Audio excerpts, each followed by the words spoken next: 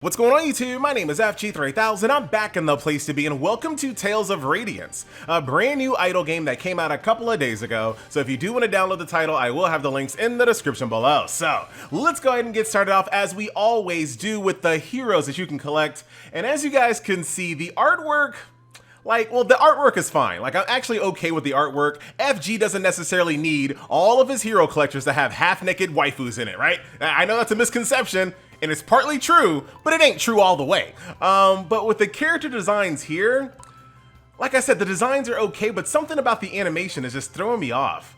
It feels like they're skipping frames of animation. It almost looks like stop motion animation.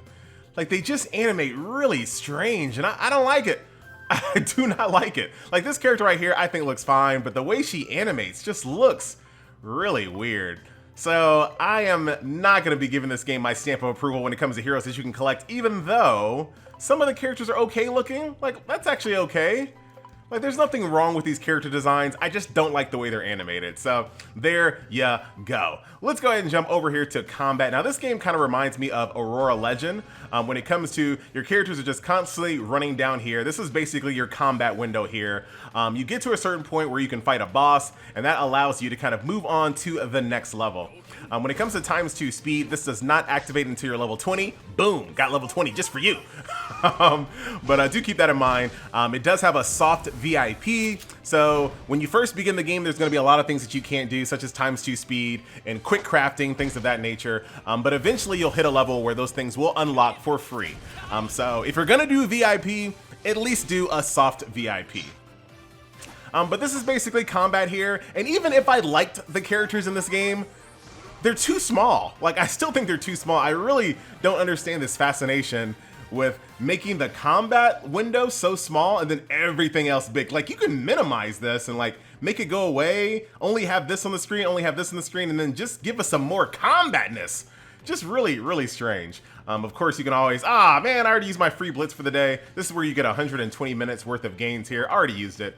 You also, right here on the screen, have our tried and true dispatch missions right over here. Very easy to access, has nice quality of life here. Boom, send your little troops out on a mission. They come back with 8 hours, and they're gonna bring me back a summoning scroll. I appreciate you. Also some jimmies. So that's that. That's basically combat. It's an idle game. I think you guys pretty much know what to expect. When it comes to the actual heroes themselves, actually, I think I can show you in this screen a little bit better. Here it is. It does have the elemental system here, and of course, like all of these idle games, you can mix and match different element types. You got rainbow, water with light here, water with dark, etc., etc. So lots of different options here. I kind of wish they would kind of get away from this. As much as I talk trash about Mobile Legends Adventure, they kind of learned their lesson that these are just too restrictive. Just give people the option to have 3 of any element type plus 2 or 2 plus 4, things like that. Having it set with a specific element type just causes too many restrictions, I think. So just open it up. If you have 6 of one type, that's one type. 1 of each color, that's one type. 3 and 2, 2 and 4, that kind of stuff. That's the way it should work. So there you go. That is the elemental system there. Let's jump on over to the home screen. We're going to be spending a lot of your time. Now, speaking of Aurora Legend, this game also has something in common with Aurora Legend when it comes to multitasking. So I can go over here, do an arena fight right here. I don't got to watch it. I can go back over here. I can go over here, upgrade some of my troops here. Boom, hit that. Easily. Well, nah, man, come on. Can't rank up at the moment. Same thing for most of these idle games. You need to have a certain currency to kind of break through your level cap. So I'm stuck there. There's quick equip, pretty much everything you would expect here when it comes to upgrading your characters. And then here's the promotion system. So all of the characters are going to have different types of promotion requirements, and boom, my arena is done. I messed it up. There's a button that says go back to arena, which is what I needed to do there. So once again, I can just jump in here, have my arena going, run around inside my character screen. I can show you the daily resource grinds here. So you have daily trials, you have endless brawl, odyssey, as well as the astral throne. These are going to be a limited entry daily resource grinds. Once you complete them, you can then blitz them. There's also a gold trial, hero XP, hero shards, relic shards. I think we can do this right now. So let's go ahead and jump on in here. Beat up on these guys. It's too small, man. I can't get jiggy with this. I can't get excited about this. Did you just say get jiggy with it, FG? I did. I just saw Will Smith on Ellen, and I thought it was a very nice thing he did. I'm not going to spoil it just in case you guys want to go watch Ellen and see what happened. But there you go. Arena's still going on right there. Look at that. Still going. What else is on this home screen? You got a shop, which is pretty much the shop. There's different types of shops here. The hero shop, boom! Back to arena. Click my arena again. Leave. Pretty nice. I like multitasking. The game that I just recently played, Idle Angels, didn't allow you to multitask enough. Don't force me to look at a screen in an idle game, right? When I can't control combat, don't force me to stay on one screen. I do love the whole multitasking feature, so that's nice. You have a hero shop here, point shop, skill shop, pretty much what you might expect. This little elf merchant here who brings along with her some in-game currency and then gem purchases here. So 1.8 million will basically get you a straight up 4-star character right there. So that is that. The ritual chamber is pretty straightforward. This is where you basically get rid of old units. So there's a nice little quality of life here where you can just go boom and get a bunch of goodies there. Pretty straightforward. I already talked about Arena. Blacksmith, this is what I was talking about a little bit earlier. This is soft VIP locked. So once you get VIP 2 or level 30, you can then quick craft. Boom! Multitasking, like it. You can then quick craft as opposed to doing it like this one by one, which is kind of annoying. But this is like one of my favorite crafting systems because you always have a use for something. Everything is useful. You just kind of take your low tier gear, build it all the way up to higher tier gear. So even if you're getting crappy loot, it'll eventually build into something good. So I like that. And I do like the fact that everyone will eventually get the ability to quick craft, which is very, very handy. There you go. So that's that. Over here to the fusion chamber, this is where you can actually create different units here based on, you know, what extra units you have lying around that you don't want to use anymore, but you want to create something even cooler. Like I said, I like the designs. I'm actually totally fine with the designs, and I will always respect a game that allows me to play non-humanoid characters. I will always respect that. There are not enough games that let you play non-humanoid characters. A dragon, I'll take it. I mean, not all the designs are good. Not all of them. Here's Merlin. Why are you wearing them short shorts, Merlin? You gotta be wearing short shorts. Ares there. I wanted to show you a few of those top tier characters. Here are some of them in fire. There, look at that, Ragnaros. Got a Phoenix there. More games need to have non-humanoid characters, straight up. I like it. Prometheus looks pretty cool. Yeah, FG does not hate the character designs at all. Got ourselves a panda there. Medusa's in the house. You actually get Medusa for free on your 3rd day login, so that's something to look forward to. Pan looks pretty cool. That looks pretty cool as well. Isis, Zeus looks actually really neat. I've never actually seen Zeus portrayed in that way. There's Thor. I've seen Thor look like that plenty of times. Gaia looks awesome. Here's some of the dark units here. Hades. That's cool as well. Mounted. Anubis, as always. Lucifer's in the house, and then Pandora. So they just animate just a little bit weird, in my opinion. I don't know. The only things I do not have unlocked at the moment is the other worlds that unlocks at 38. Crossover War, thank you for having crossover already in mind with a game like this, and the Seer, which opens up at level 30. And then last but not least, you do have the tried and true Endless Tower mode, ladies and gentlemen. There you go. Boom. I want these to be bigger. I'm not gonna say it. I was gonna say it. I'm not gonna say it. That's what he said. All right, so beat up on these guys really quick, and then we're gonna end the video off as we always do, ladies and gentlemen, with a summon session.